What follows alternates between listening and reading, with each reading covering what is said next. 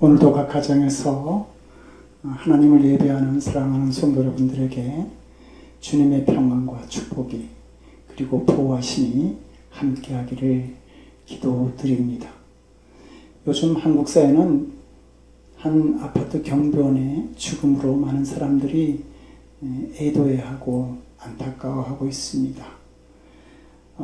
이분은 입주민의 그 폭행 또 협박 고소에 이기지 못해서 스스로 자살하고 말죠. 그러면서 그는 유서에서 자신은 억울하니까 반드시 결백을 좀 밝혀달라 이렇게 말합니다. 이분과 함께 살았던 아파트 주민들은 이분을 추모하면서 아저씨의 예쁜 웃음을 기억합니다. 우리 가족과 강아지 예쁘게 주시던 모습이 어른거립니다. 매일 반갑게 인사해 주시고 우리에게 안아주시던 모습이 선합니다. 항상 밝게 인사해 주셔서 인사를 나눈 데에는 마음이 개운해지는 것을 느끼곤 했습니다. 라고 하는 글들을 남겼습니다. 이런 글들을 보면서 좀 아쉬운 것은 이분이 아무리 좀 억울하고 그리고 이 입주민의 폭행과 협박이 힘들었다 하더라도 좀 잘 견뎠으면 의연하게 자기의 마음을 지켰으면 하는 그런 아쉬움이 있습니다. 그러면 그 웃음과 기쁨을 더 입주민들과 나누었을 것이고 남겨진 두 딸에게도 아픔보다는 기쁨을 남겼을 것이다라는 생각이 드는 것이죠. 이것은 우리 신앙에 있어서도 마찬가지입니다. 흔들리지 말아야 합니다. 흔들리지 않는 믿음이 귀한 역사를 만들어낼 수 있기 때문이죠. 바울은 2차 전도 여행을 하면서 데살로니가에서 3주간의 복음을 전하는 일을 하게 됩니다. 그런데 이 일을 하는 동안 유대인들이 바울을 찾아와서 복음 전도를 회방하고 그리고 이제 믿음의 기쁨을 알게 된 그래서 헌신하기를 원하는 그 야손이라는 성도의 집에 찾아가서 협박을 합니다. 이 일로 인해서 바울이 베리아로 도망을 가게 되죠. 그런데 그 후에 바울은 이 데살로니가 교인들이 믿음의 부흥이 급하게 많이 일어나고 있다고 하는 기쁜 소식을 듣게 됩니다. 그리고 조금 있다가 다시 이 데살로니가 교회에 문제가 생겨나기 시작했다는 얘기도 듣습니다. 이들은 3주간의 짧은 신앙생활을 통해서 교회가 무엇인지, 신앙생활을 어떻게 해야 되는지, 예수님은 어떻게 믿어야 되는지, 그리고 말씀에 대한 이해와 지식이 부족해서 말씀에 대한 잘못된 해석도 하게 됩니다. 그래서 곧 예수님께서 오시니까 굳이 성실하게 살 필요 없어. 대충 살다가 예수님 맞이하면 되지. 그러면서 부도덕한 생활도 하게 되죠. 사회적으로 문제가 되는 교회가 된 것입니다. 그런데 이런 틈을 따서 또 율법을 주장하는 유대인들과 우상을 섬기는 사람들이 찾아와서 그들의 신앙을 시험하기 시작합니다. 이런 일들로 인해서 이 데살로니가 교인들의 믿음이 흔들리기 시작하죠. 사도 바울은 이 짧은 신앙생활을 통해서 또 이렇게 시험을 통해서 데살로니가 교회 성도들의 믿음이 흔들리는 것을 막고자 이 글을 쓰게 된 것입니다. 아브라함은 아들을 주시겠다고 하는 하나님의 약속을 믿죠. 그러나 시간이 지나도 그 약속이 이루어질 기미가 보이지 않습니다. 오히려 아내 사라가 생리가 끊어지는 일이 일어납니다. 그리고 그의 마음은 점점 흔들립니다. 그래서 그 아내 사라의 몸종인 하갈, 그의 몸을 빌어서 이스마엘이라고 하는 아들을 낳게 되죠. 그런데 이 일이 이 아브라함 가정에 큰 불화를 가져오게 됩니다. 아내 사라와 싸우게 되고 그리고 그 몸종 하갈과 아들 이스마엘을 내쫓는 일이 일어납니다. 이 일뿐만 아니라 이 일을 통해서 오늘날 중동의 전쟁의 어떤 씨앗을 항상 안고 살아가는 그런 원인을 제공하는 일이 되었던 것이죠. 하나님의 약속을 의심하고 흔들리게 될 때 엄청난 비극이 일어난 것입니다. 그런데 아브라함이 처음부터 이런 사람은 아니었습니다. 하나님의 약속을 믿고 본토 친척 아비집을 떠나서 가나안 땅에 정착한 사람이 이 아브라함이었던 것이죠. 그러나 그가 주변에 되어가는 상황들을 보면서, 일들을 보면서 의심하고 흔들리는 사람이 되었다라고 하는 것입니다. 믿음의 조상도 흔들리는 이 모습을 보면서 우리가 지금 훈련받아야 될 신앙의 과목이 있다고 한다면 흔들리지 않는 믿음이다. 그것을 새삼 우리가 발견하게 됩니다. 얼마 전 한국에서 목회하시는 후배 목사님이 안부를 물어오셨습니다.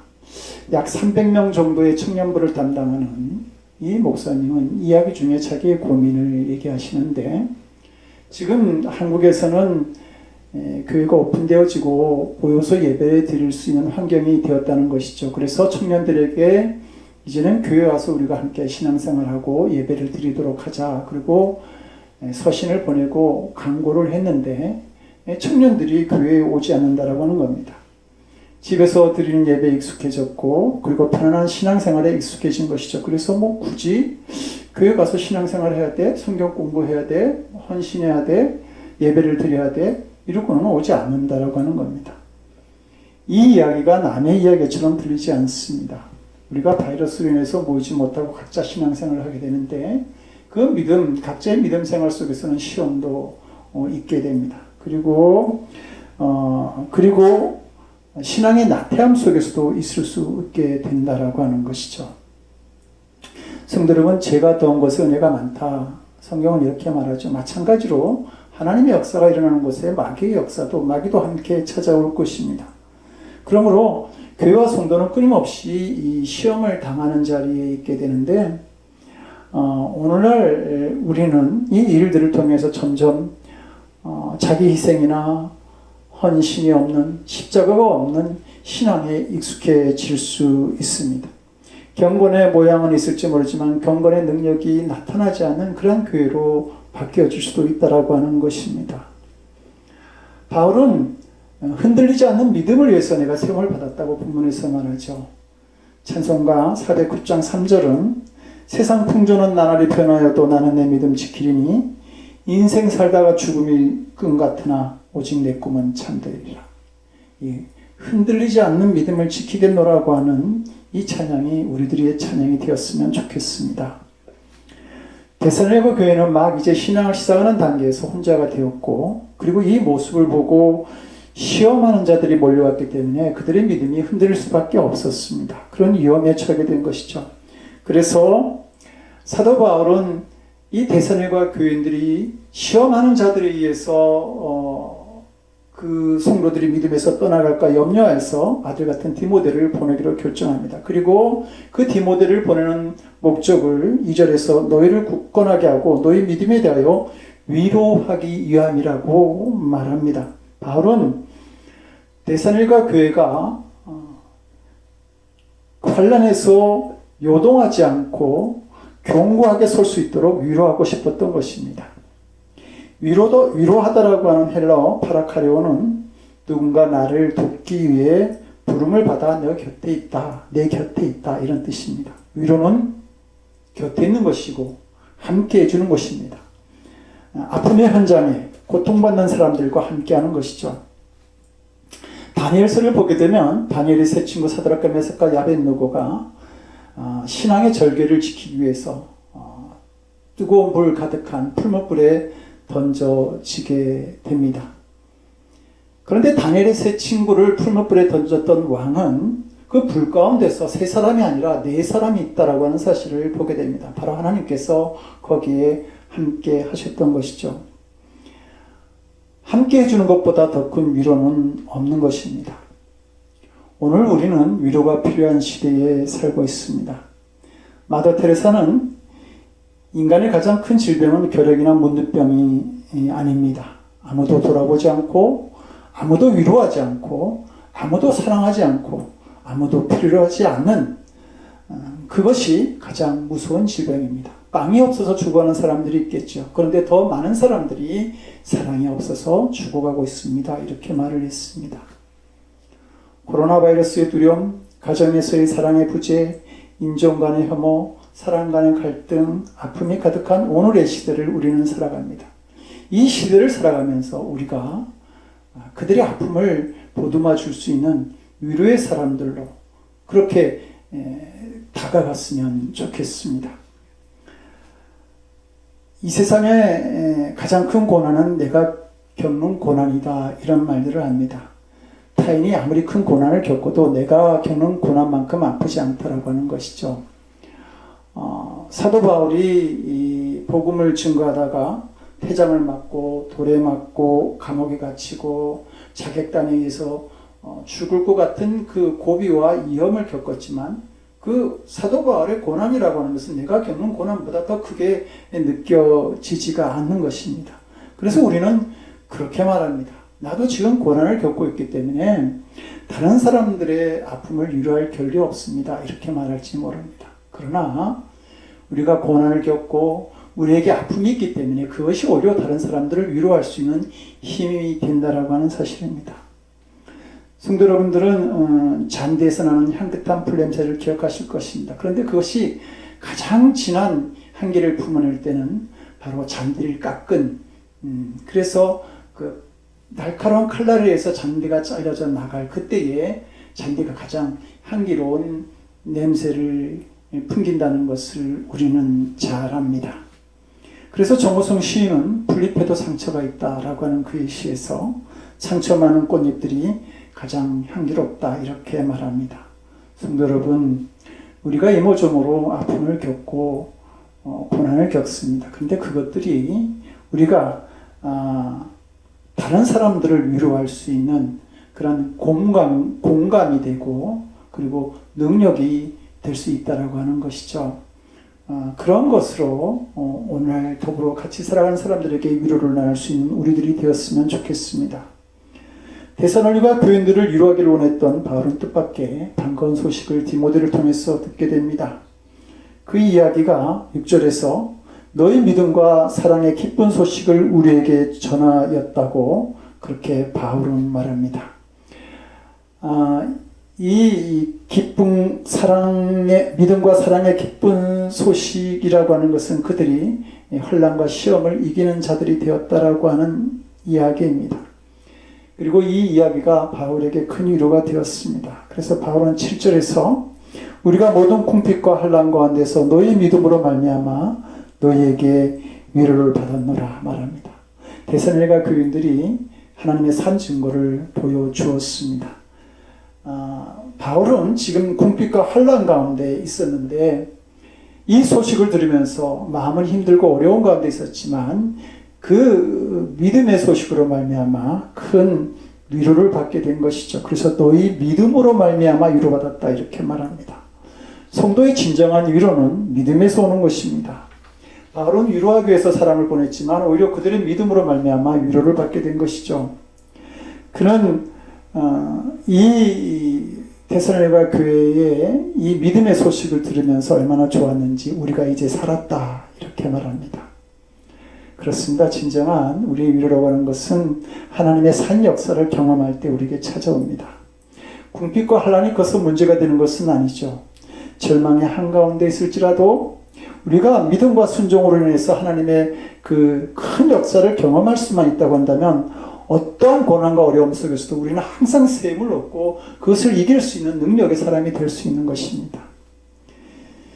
미국의 유명한 기독 베스트셀러 작가이자 중보 기도 사역자인 체리 힐은 그의 책 흔들리지 마라고 하는 글에서 영적 성장을 가져오는 중대한 시기는 언제나 인생의 가장 어려운 시기다. 왜냐하면 바로 절망의 한가운데 있을 때 우리는 어느 것도 바라보지 않고 바로 위만 바라보기 때문이다 이렇게 말합니다. 하나님만을 바라볼 수 있는 그 믿음, 거기에 영적인 위로와 능력이 나타나는 것이죠. 바울은 고린도서 1장에서 우리에게 임하시는 하나님의 위로를 모든 위로의 하나님 이렇게 말하면서 모든 환난 중에 있는 자들을 능히 위로하시는 하나님이다. 하나님의 위로는 모든 환난 가운데 있는 자들을 능히 위로하는 위로인 것이죠. 그러면서 위로가 너희 속에 역사하여 우리가 받는 것 같은 고난을 너희도 견디게 하느니라 이렇게 말합니다. 하나님의 위로가 우리의 심령 가운데 있게 되면, 역사하게 되면 고난을 견디고 이기게 한다라고 하는 것입니다. 그리고 9절 말씀처럼 감사가 터지고 기쁨이 일어나는 경험을 하게 됩니다. 초대교회는 위로를 나누는 공동체였습니다. 사도행전 4장에는 위로를 나누는 한 사람을 소개하죠. 구브로에서 난 레이족 사람이 있으니 이름은 요셉이라 사도들이 일컬어 바나바라, 번역하면 위로의 아들이라 하니 그가 밭이 있음에 팔아 그 값을 가지고 사도들의 발 앞에 두니라 이렇게 말합니다. 이 사람은 요셉이라고 하는 이름을 가졌지만 사람들은 바나바라고 하는 그 별명을 부르기를 더 좋아했습니다. 그는 초대교인들에게 위로를 나누고자 자기의 밭을 팔아서 그 값을 사도들에게 주기를 기뻐하였던 사람입니다. 사람들은 이런 요셉에게 바나바라고 하는 별명을 붙여주었고, 바나바라가 나누었던 위로가 이 초대교회 성도들이 혼란 가운데서도 그것을 이길 수 있는, 그리고 능력을 나타낼 수 있는 그런 성도들로 변하게 만든 것입니다. 초대교회는 천국의 소망이 있었고, 자기의 것을 나누는 나눔이 있었고, 뜨거운 예배가 있었고, 신분을 초월한 평등한 교제가 초대교회에 숨쉬고 있었습니다. 믿음으로 나누는 위로였기에 환난과 박해 가운데서도 하나님의 역사를 만들어낼 수 있었다라고 하는 것이죠. 사랑하는 성도 여러분, 우리는 지금 힘든 시간을 보내고 있습니다. 이 어려움 속에서도 흔들리지 않는 믿음을 통해서 우리의 사랑하는 가족과 성도들에게, 더불어 살아가는 사람들에게 주님의 크신 위로를 나눈 바나바 같은 사람들이 되기를 주님의 이름으로 간절히 축원드립니다. 기도하겠습니다. 사랑하시는 하나님, 지금 우리는 위로가 필요한 시대에 살고 있습니다. 우리에게 주시는 주님의 위로를 우리가 나누기에 부족함이 없는 성도들로 세우시고 살아갈 수 있도록 도와주시옵소서. 이제는 성자, 성부, 성령 하나님의 위로하시니 우리가 받은 위로를 나눠주기를 기뻐하며 살아가기를 원하는 거룩한 성도들 머리 위에 지금으로부터 영원토록 함께 없으시기를 간절히 축원드리옵나이다. 아멘.